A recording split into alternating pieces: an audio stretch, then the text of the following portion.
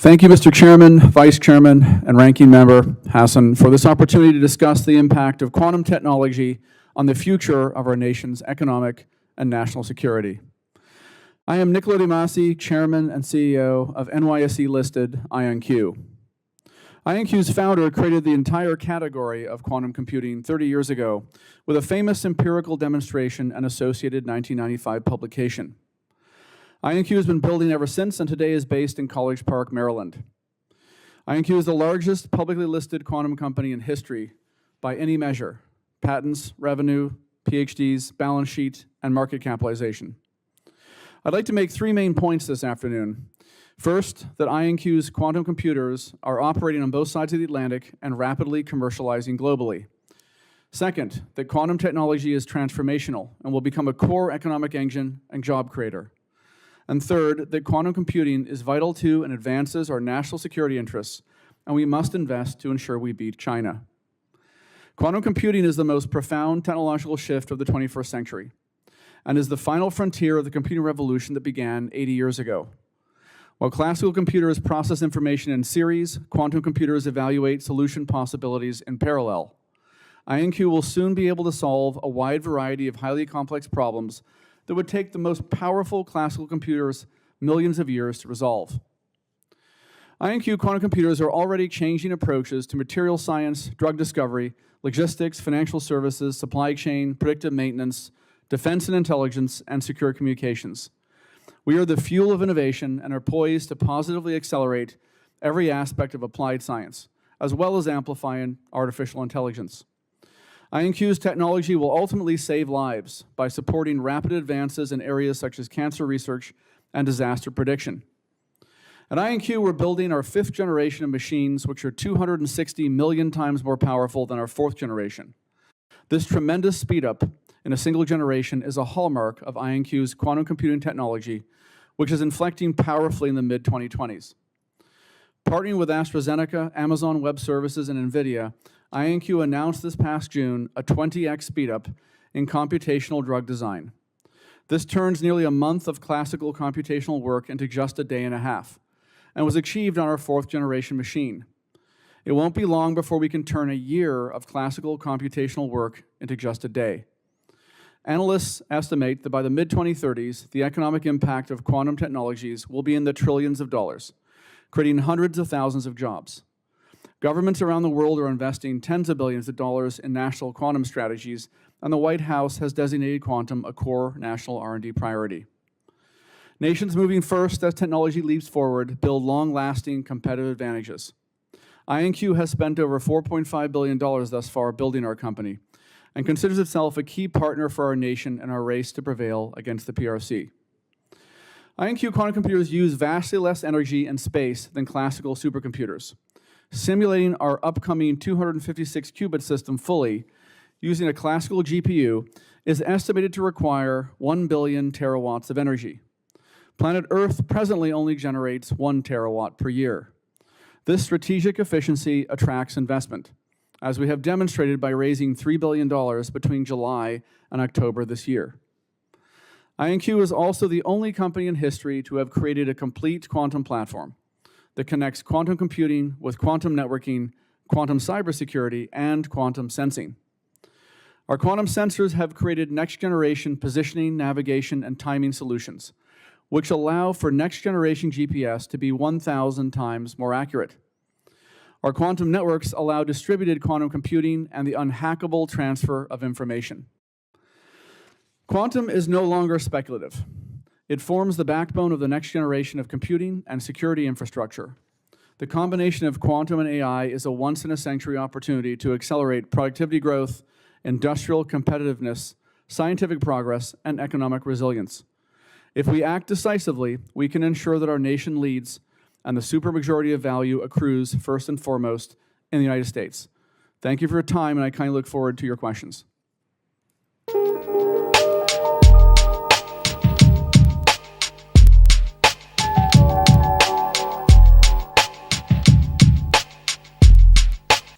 Mr. de Masi, could you comment on the investment landscape and projected growth of quantum computing? And in particular, I'm interested in how the United States compares to China and the rest of the world in number of startups, patents granted, capital, and scientific publications. What's the mark to market on where we are relative to the rest of the world, and who's growing or who's accelerating? Thank you for that question. Well, we're fortunate in this country that the world's largest quantum company is IonQ, and it's obviously based here in College Park. So we've been at it 30 years. We've been building for 30 years. And private capital markets in the United States have, of course, built on some of the start that we got with government support a few decades ago.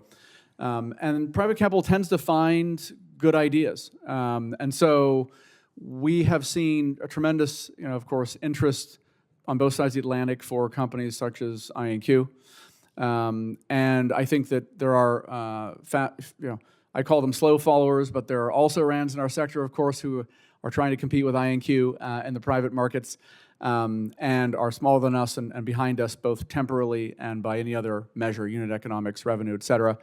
With China, we've had problems, honestly, with theft. That has impacted us. We have an office in Oxford, England. Our headquarters is here, College Park, Maryland. There have been thumb drives that go into servers at 3 a.m. and people leave the country, kind of thing. So I, of course, asked for your help on that topic, because it's not a symmetric playing field.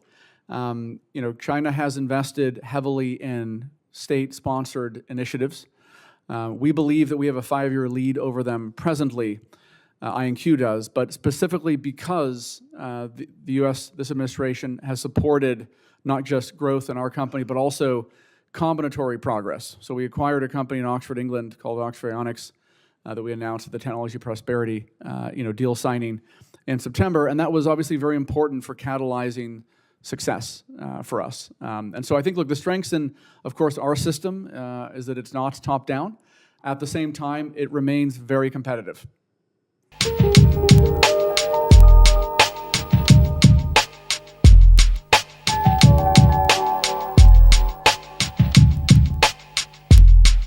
And then maybe, Mr. de Masi and Bird, maybe you can follow up. You're business people, right? So you tell me, what are your perspectives? Is there some legal framework issue we need to address that makes sure that we have competitive? Because government need to protect your rights to life, liberty, and property. And we haven't done the greatest job doing that. And then you create a framework for competition. This is what you really to do. Now decide winners and losers, who get subsidies, who get credits, who gets all of this. And we give a lot of subsidies, and usually they don't equally, spread. And that's why create more distortion on the market. So I wanted to see if you have some other things. And another question, maybe both of you can mention, how we can make sure that our younger generation, which is really probably much better than we are in some ways, but in some ways is not, because they really rely so much on technology, have a proper skills that AI actually improve productivity, not actually becoming something that replaced and they become not capable to do something. Maybe you can both add something to that. Sure, I'll take a crack at that. I'm in the quantum computing business, and quantum computing, we should think about as really the final frontier of the computing revolution that's been going for 80 years. We're an applied science company, fundamentally.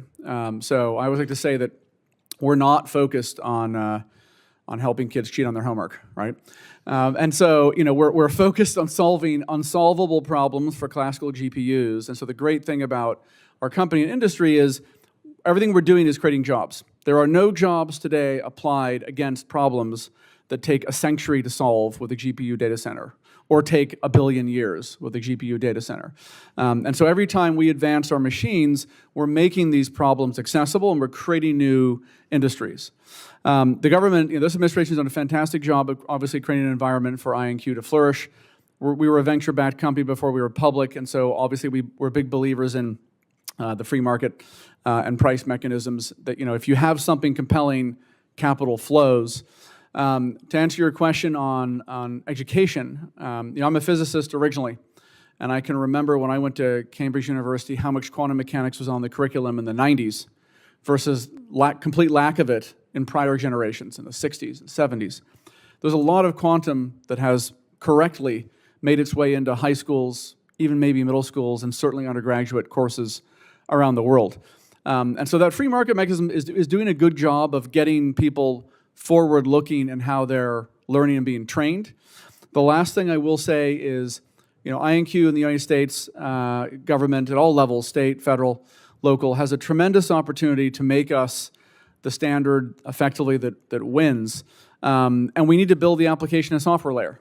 And so I would echo some of Mr. Reinhardt's comments around the depth that needs to come from specific applications, specific verticals. Building those on our quantum computers gives us the greatest opportunity to create value, grow the economy, create jobs, and of course, lead the world. My time has expired. Thank you.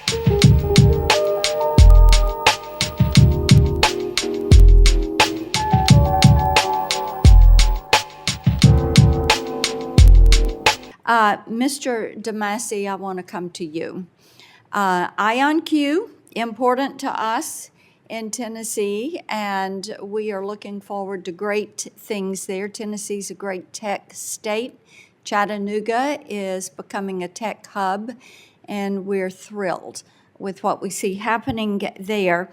And as we look at what is happening with quantum and hybrid applications, and building out a quantum network. We like the fact that Chattanooga is building a commercial quantum network that businesses are going to be able to innovate on. And I have, as I'm working on restarting the quantum initiative here in the Senate, what we're doing is looking at a sandbox, and Senator Lujan and I are doing this, which would be a sandbox for near-term applications and being able to turn these around in 18, 24 months. I'd like for you to talk a little bit about why this is important for innovators to have access to this.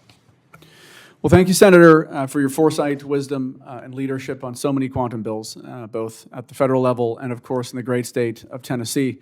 We're proud of our partnership with Electric Power Board of Tennessee in Chattanooga. And this is, of course, a bit of the world that led not only in the world's broadest and fastest broadband capacity a decade ago, but is, of course, leading once again with quantum computers and quantum networks connected together. The opportunity, both at a state and federal level, nationwide, is to recognize where the ball is going, where the puck is going. And as you correctly identified, the opportunity for value capture is moving, we believe, at the pace that IonQ is leading the quantum computing, networking, and sensing space to very much be about software and applications and how you capture value in solving problems that can never be solved with classical computers using our quantum computers in partnership with the next generation of effectively software engineers who use that hardware to solve problems in record time that otherwise aren't part of the economy. So we're creating a brand new industry, will drive economic growth at the state and nationwide level, and it's being created effectively from scratch, right? There are currently no people, very few people who are able to build applications on our quantum computers. And using our quantum computers and networks, you not only can perform calculations that will create, pharma progress, financial services progress, supply chain progress, predictive maintenance progress, of course, defense and intelligence, and financial services progress. And ultimately, you can do that and compute with our machines and also transmit that data and keep it unhackable and safe. So this is the industry of the future. This is the industry that matters in the 21st century. We obviously need to continue to reauthorize everything we've depended on, in prior years to get to where we are. I think there's a very, very brave future, not just for the great state of Tennessee, but also for our whole country, if we continue to adopt quantum computing, quantum networking, sensing, and realize that the game has now moved on to specific software applications in every single vertical that matters in every state and nationwide. And I think that is so important as you look at those applications that are in development. And of course, you all have done some great work with Oak Ridge, which is there in Tennessee. And of course, the Frontier, world's fastest computer, has been there in Oak Ridge, and we have a lot of innovation. And then you mentioned your partnership with Chattanooga. Talk for just a moment about why it is so important to have a partnership with one of our national labs, and then partnerships like you have with EPB in Chattanooga, and partnerships with working on the Gold Dome, and why we have to have these emerging tech leaders step into those partnerships. Yeah, well, as you're undoubtedly aware, and Undersecretary Gill at the DOE and I were chatting about a week or two ago, you know, 9 out of $10 spent on R&D are coming from the private sector, but that 1 out of 10 is really important for sparking progress, particularly in early stage projects. Our partnership with ORNL, deeply important in advancing both quantum computing and quantum networking in the great state of Tennessee, but also nationwide. And so the right partnership here is really what I think is creating the ecosystem for our success, honestly. And that's true both at the state level and the federal level. When it comes to broader applications, you know, what makes IonQ a very unique company is we have this quantum platform, quantum computing, quantum networking, quantum sensing in all 4 theaters. We're doing this on land with EPB and a quantum network. We're doing this also up in the heavens. And so Golden Dome is completely relevant to the way we see our mission to extend quantum key distribution, quantum security, and quantum computing in all theaters that matter to both the state and, of course, the federal government. And it really is the industry of the future, right? So this is where the jobs are going to be nationwide and at the state level. Thank you. Thank you.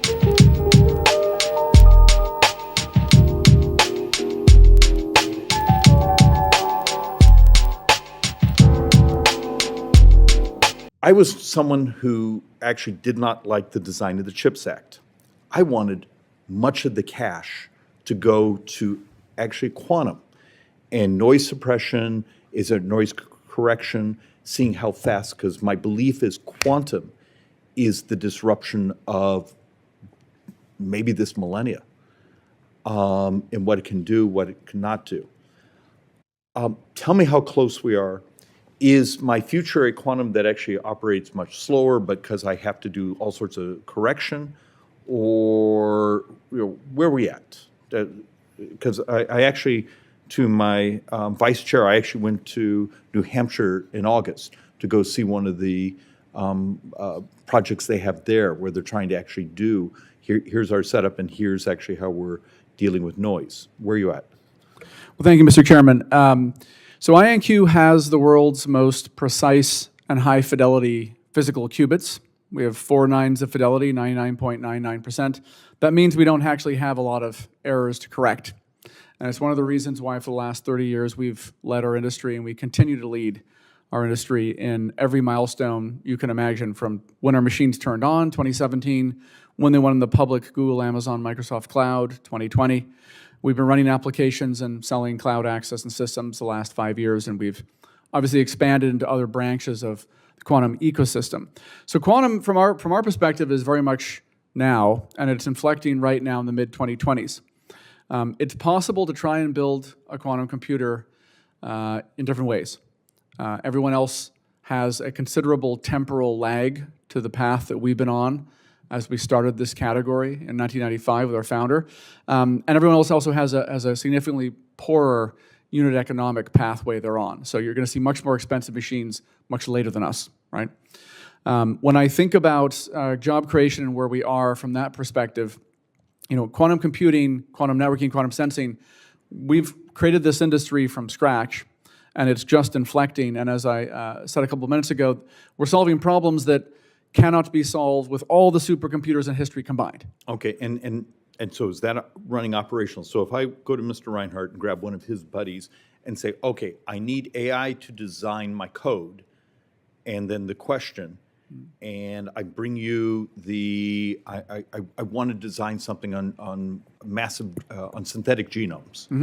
And so the math is computational in today's computers, you know, takes a decade to do some of that math. I can bring it to you. Are you ready to calculate it?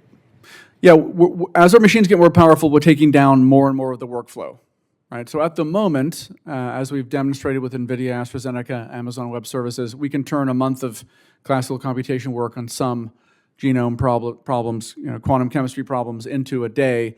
Soon it'll be a year of work, and eventually it'll be a century of work into a day. We are, of course, partners with classical AI companies, because at the moment, if there's phones and laptops in the room, these are all classical input devices.